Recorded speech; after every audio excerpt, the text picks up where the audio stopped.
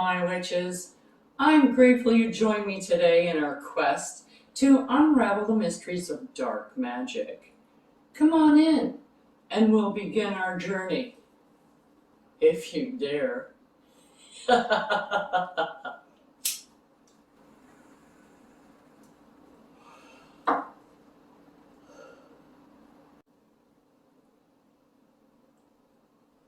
This is a friendly warning to those witches, regardless of your experience, that working with these types of energies can be more challenging and personally draining on your own energy.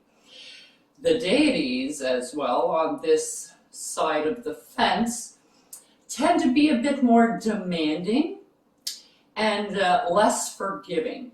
So I urge you now to do your research if you should be using a deity, as you should with any deity that you use, regardless of what pantheon you're taking them from.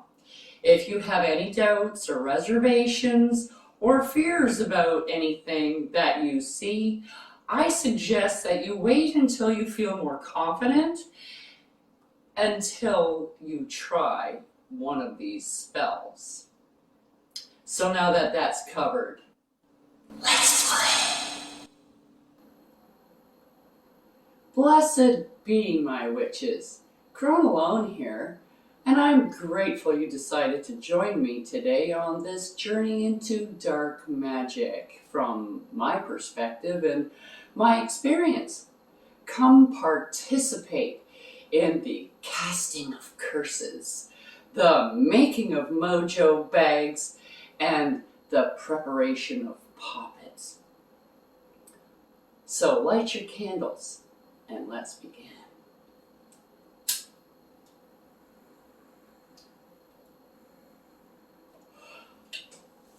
Today on Crone Alone, we're going to talk about how to lock in on your target, the target of your spells. Now, you've probably been doing this, but you didn't really know exactly what you were doing. So I'm just pulling this one little tidbit out in spellcasting to explain it a little bit so that you can do it yourself and you can decide on what is enough and what you need. Because there are many different ways that you can do this. Let's start off with the easy stuff, and we'll get into the more elaborate stuff, okay? Well, okay, I just started this new job, and there's this one person who's really bothering me. I don't know their name, but I know that they're the manager of the night shift at Walmart. So you can put that down. The manager of the night shift at Walmart. The chick with the shoulder-length hair and the glasses. The neighbor 4 doors down. That's very vague, but you can also put enemy of mine, which is even just more general. This is something that you use for like banishing spells in general to get rid of or send stuff back when you don't know who's sending it to you. You can just put down enemy of mine. Getting a little bit more, you can don't know their name, their nickname even, Spike. Or their actual name, Brenda. Their first and last name, Brenda Smith. Right? Their birthday, Brenda Smith, August 24th, 1961.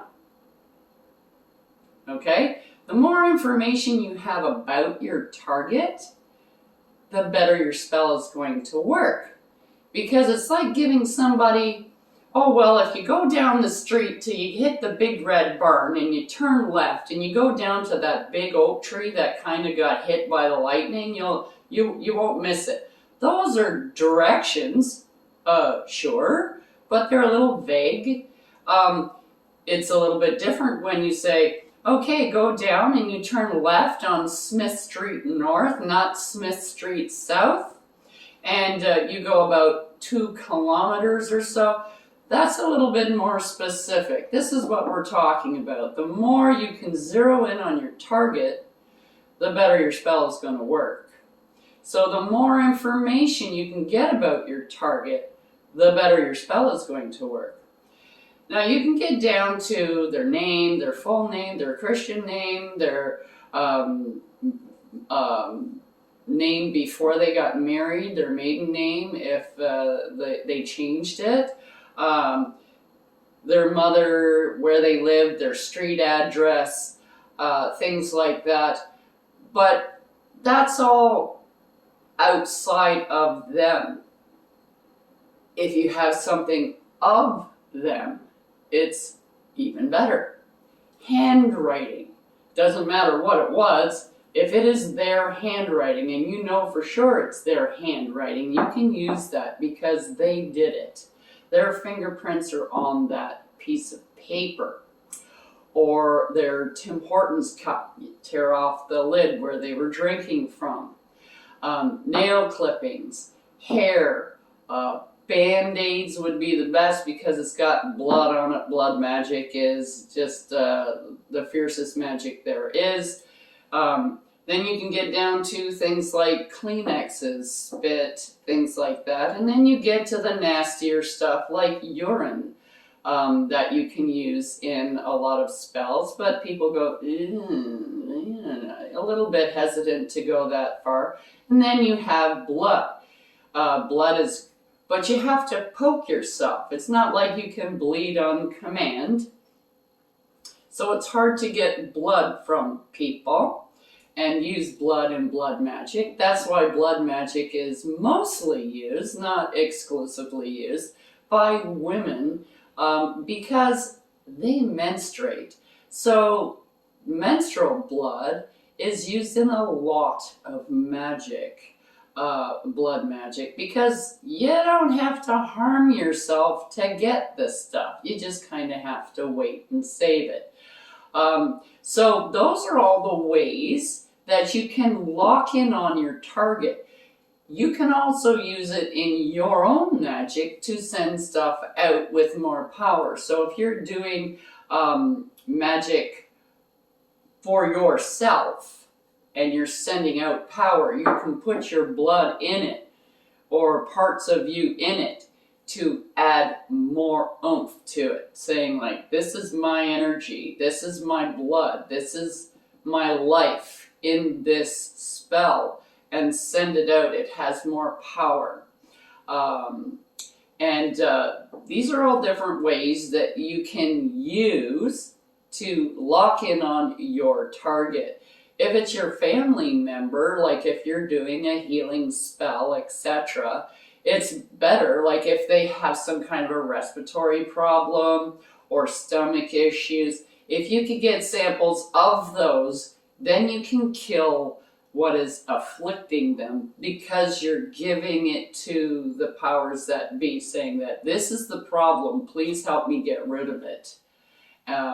And you'll have more success in your healing spells.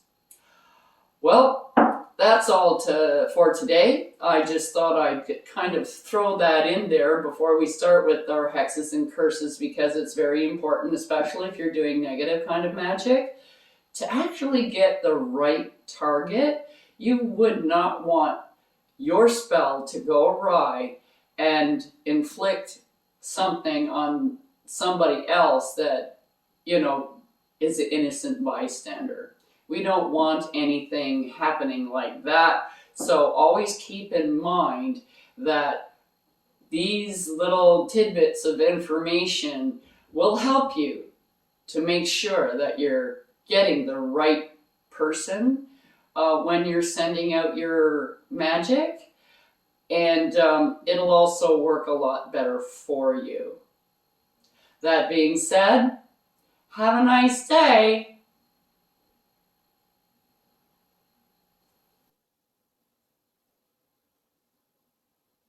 Don't forget to like, subscribe, and hit that notification button so you don't miss what I have brewing for you here on The Witch Is In.